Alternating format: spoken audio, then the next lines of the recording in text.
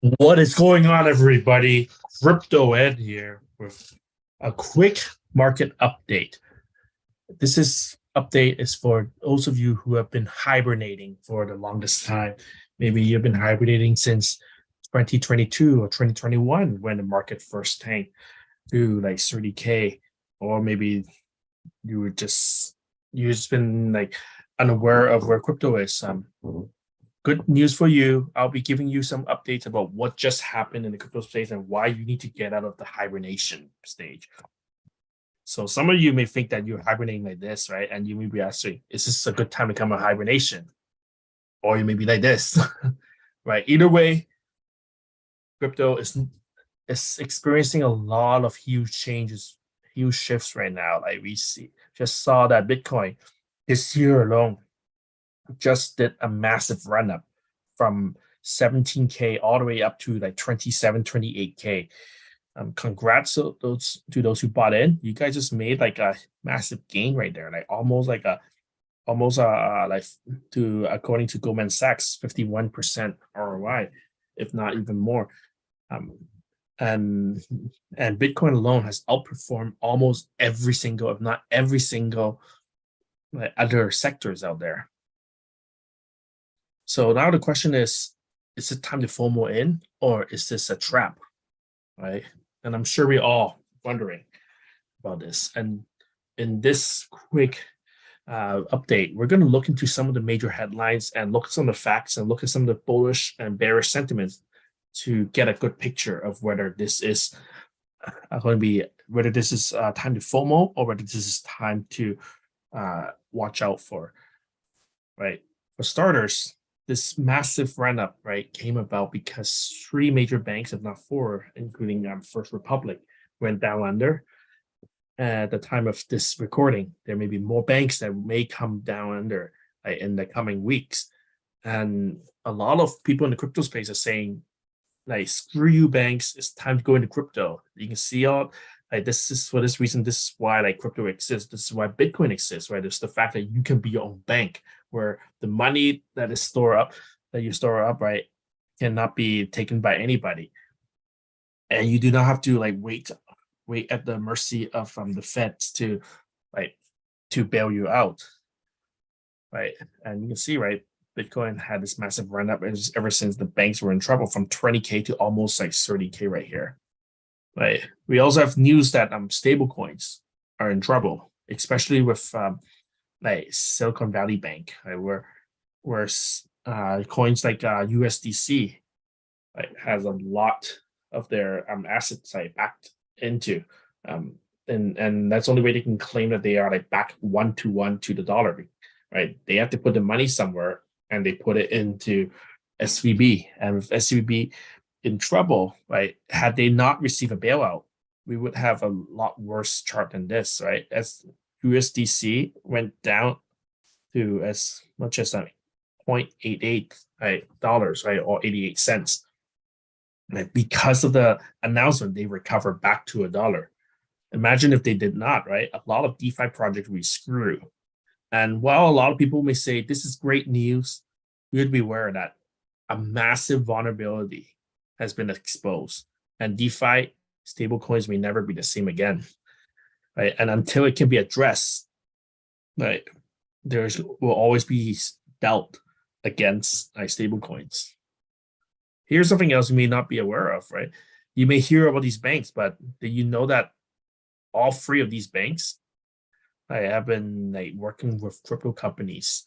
You know that Silvergate, they had a network called Silvergate like network, where banks, smaller banks, were using it to transaction with to send like crypto related transactions, right, with exchanges and such, so that when you want to cash out, you go to like Kraken or Binance or these other exchanges, right? When you request to have them deposit into your bank account, right, these exchanges would work through Silvergate to do that.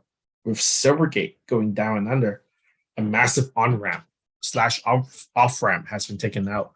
Saving for signature, that's also the other one too.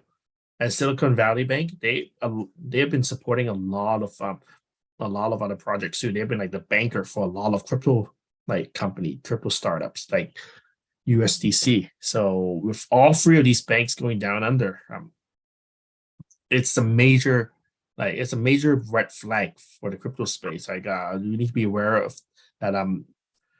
That more could come. And in fact, some may suggest that this is part of something known as Operation Choke Point 2.0, where the Fed are targeting banks that are working in the crypto space or working with crypto companies. They want to unbank crypto so that they can isolate crypto. They can starve out crypto. Whether it'll be successful or not, we will see. But this is rather worrisome because the Feds and the regulatory agencies, they are actively working against. They want to see the downfall of crypto, and we need to be aware of that as you allocate more, or if you decide to take anything out of the crypto space.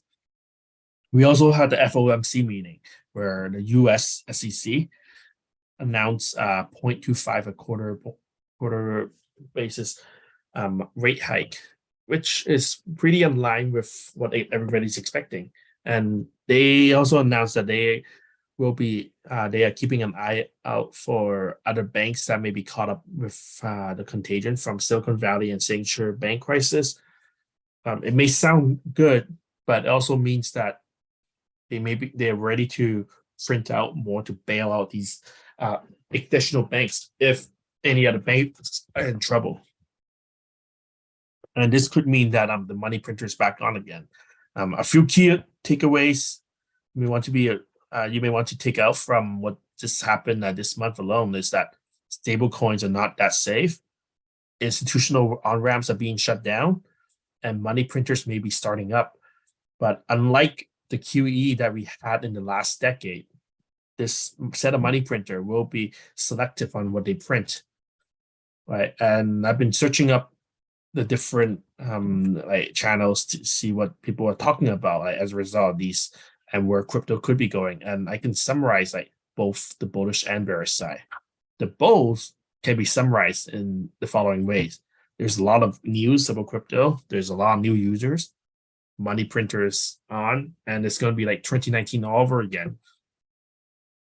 Right, you have a lot of on-chain metrics, right? Positive on-chain metrics. You have people like Cathie Woods making claims, making predictions that if the world's institutional investors put in 2.5 to 6.5% into Bitcoin, we're expecting Bitcoin to go up to 250K to 1.5 million. And she claims that this is a conservative figure. So could be exciting news, but there's a lot of hurdles, a lot of hoops that must be jumped through, including regulatory clarity and institutions feeling comfortable jumping in. You also have places, jurisdictions like Hong Kong putting in around $6.4 million to boost the blockchain industry. I mean, Hong Kong is known for brands like animal Modica brands. Right? They are building Web3. So it's exciting to see that they're putting in, but also notice how they also have a virtual asset task force, right? How they are allocating it into a virtual asset task force. That means they're gearing up the regulatory systems for it too. And we'll see where it could lead us in the next couple years or a couple months from now, right? And then you have performance of Bitcoin, ETH, and versus everything else. Bitcoin's having a great year. Crypto's having a great year in general, right? And then you look at the charting side, right? You have some people who are saying that Bitcoin just had a head and shoulder right here, right? The last time we had a head and shoulder, it was at the top where you had a shoulder, and a head, and it started going down, right? And if that's the case, if head and shoulder means it goes down, that means reverse head and shoulder means that it's going to go up, according to these guys right here. Whether it will turn out to be the case, we'll see. We also have other indicators like the SOPR multiple, which shows the transaction that's happening right now. Are they in the green or in the red, right? Meaning, are they in the profit or whether they're in the loss? During the bear seasons, most transactions would be people selling at a loss. But now we're in a phase where people, like, we just reached neutral, where people who are selling, right, on average, are in the green. You need to take into consideration that this is the average of people who bought in at the peak at 70K, and everybody who bought in like below, like from the previous bull run, like from 20K, right, or anything underneath that. So on average, transactions are in the green. And the last few times it happened, like here, and here, Bitcoin was followed by a massive run up. So you can see run up right here, right? Crosses over, and then we had this massive run up afterwards. Same thing here, right? Crossing, and then like this run up. So a lot of moon boys are expecting that we may be having a massive run up from here. Only time will tell, right? Just because it happened in the past doesn't mean it could happen this time. But it is another indicator to keep out for. And another indicator to be aware of is non-zero address wallets, meaning wallets with more than like zero, with like anything, like even with just a few satoshis, right? Any wallets with BTCs, right? We're at an all-time high with 40 million wallets out there, right? So this is exciting news. It means that more and more people are buying into Bitcoin, like despite the volatility, despite what people are saying, despite what all the regulatory actions happening, people are still getting in. There are still people. There's always new people jumping in, looking up how to set up a wallet and buying the first Bitcoin, or if not, like first Satoshi. So this is exciting news, right? That interest is growing and there is a future, right? And then of course, right, you have people who are excited that the money printer is on again, right? And you look at the chart right here, right? Look at the balance sheet on the U.S. Fed. You can see that the Fed has been dumping. I've been like tightening and dumping for most of last year, and then because of Silicon Valley Bank, they started printing again. So some are speculating that this is the beginning. The Feds are going to start printing us all the way to the moon again. But you also have to be aware that this time around, the Fed, like Jay Powell and the Fed, they have a mandate to keep. They have to keep inflation low. People are watching them, making sure that they won't make the same mistake as last time. And there are huge incentives for Feds, right? For the Feds to maintain what they were doing, right, which was like dumping assets and tighten their balance sheet. So we'll see whether this month, what we had earlier this month, was an exception, or will they start printing out more? But a lot of people are guessing that both ways, but we'll see where it goes. And lastly, right, a lot of people are saying it's 2019 all over again, right? Bitcoin in 2019 went above the 100-week moving average, and after breaking above the 100-week moving average, right, it started going on a run. And we are right now, you look at where we are right now, we are at that point right now. We are fighting this 100-week moving average. If we do break this green line and we have a confirmation, a lot of bulls, a lot of moon boys are going to be excited. They're going to say, like, we're going to the moon. But before you jump onto the bandwagon, it's important to be aware of the other side, right? And here are some bearish chatter that I came across. And you can summarize them in the following ways: that crypto is in a relief rally, right? CBDC is coming, right? The Fed is actively attacking crypto. Bitcoin hasn't dropped to past pain points or past capitulation points yet, right? So you also have like points like a money printer is only limited. And also what happened in 2019 may not happen because we're in a different decade. The environment is different, right? Going over each of these, right? One point on here, right? Capitulation, right? If you look at the total market cap, the whole crypto market cap, right, has suffered an 80% crash, right, from the peak. This is our peak. This is where we are. This was our lowest point. We're nowhere close to 87%. If Bitcoin were to drop down to like 80%, like capitulation, it's going to be a much bigger drop. Some are speculating that if we do get past performance, right, what we're having right now is just a relief rally and it's going to drop down. And for the price of Bitcoin, right, we may see something like head and shoulder before dropping down to like 15K, maybe even like down to 10K. We have guys like Garrett Soloway, they're predicting like 10K Bitcoin.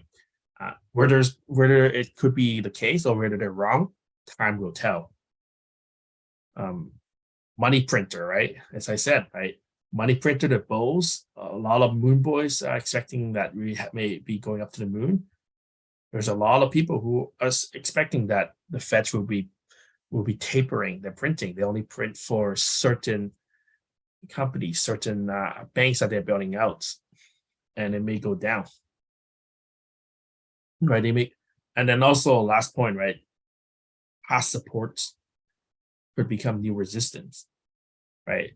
This green line 100-week moving average has been a very steady support. Every time we came about it, we bounce off this. And for us to assume that Bitcoin will just shoot right through this green line without a fight, it's very wishful thinking. It could happen, but what is more likely based on historical indicators is that Bitcoin is likely going to be struggling with this line first. It'll struggle with moving average before breaking or falling through this.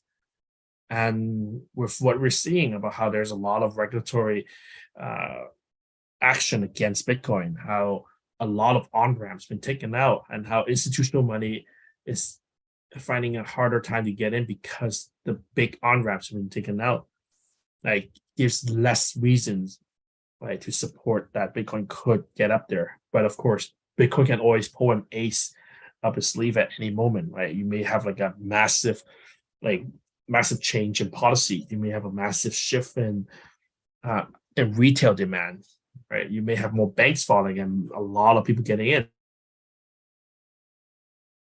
And like anything could happen, but it is important to be aware that we are at this very critical point, right? As I say, institutional influence limited. And it comes down to like 4 hypotheses that I'm looking to test in the coming year or so. One is the 4-year cycle theory will continue to hold true.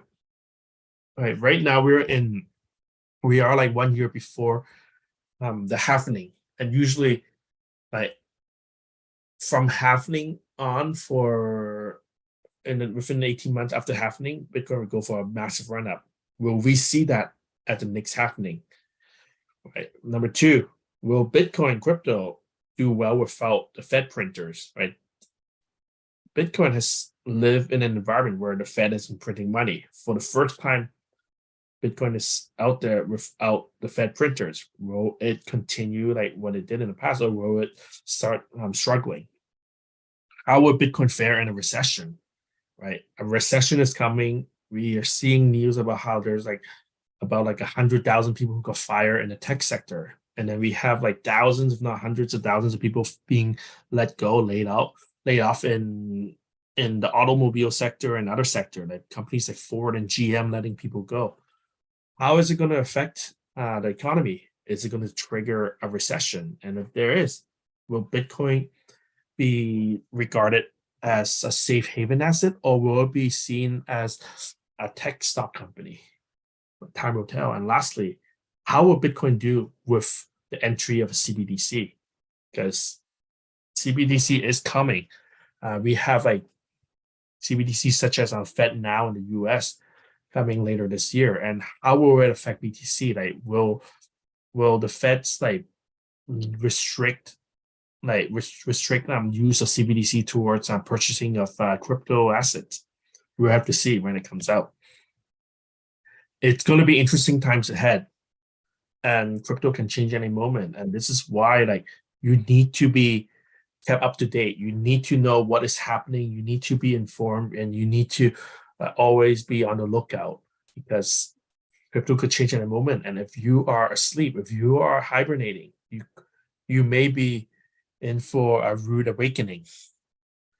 And yeah, and if you're new to this space, check out if you like what you're seeing, if you want to get more resources, check out my blog, 1 Hour Investing. I have a quick start guide, some infographics. If you've been like keeping your coins on an exchange, right? Maybe a good idea to use like get like self custody, such as Ledger Nano, right? Or like, and if you want to do any trading or like want to leave it, get out of any like altcoins and back into Bitcoin, right? You have like exchanges such as Binance, you have exchanges like a DEX you could use, right? So it's uncertain times out there. Be sure to do your own research, right, before jumping in. And as I say, I'm not a financial professional. Like, do your own due diligence and like be safe out there. Thanks for watching, everybody. I'll see you next time. Peace.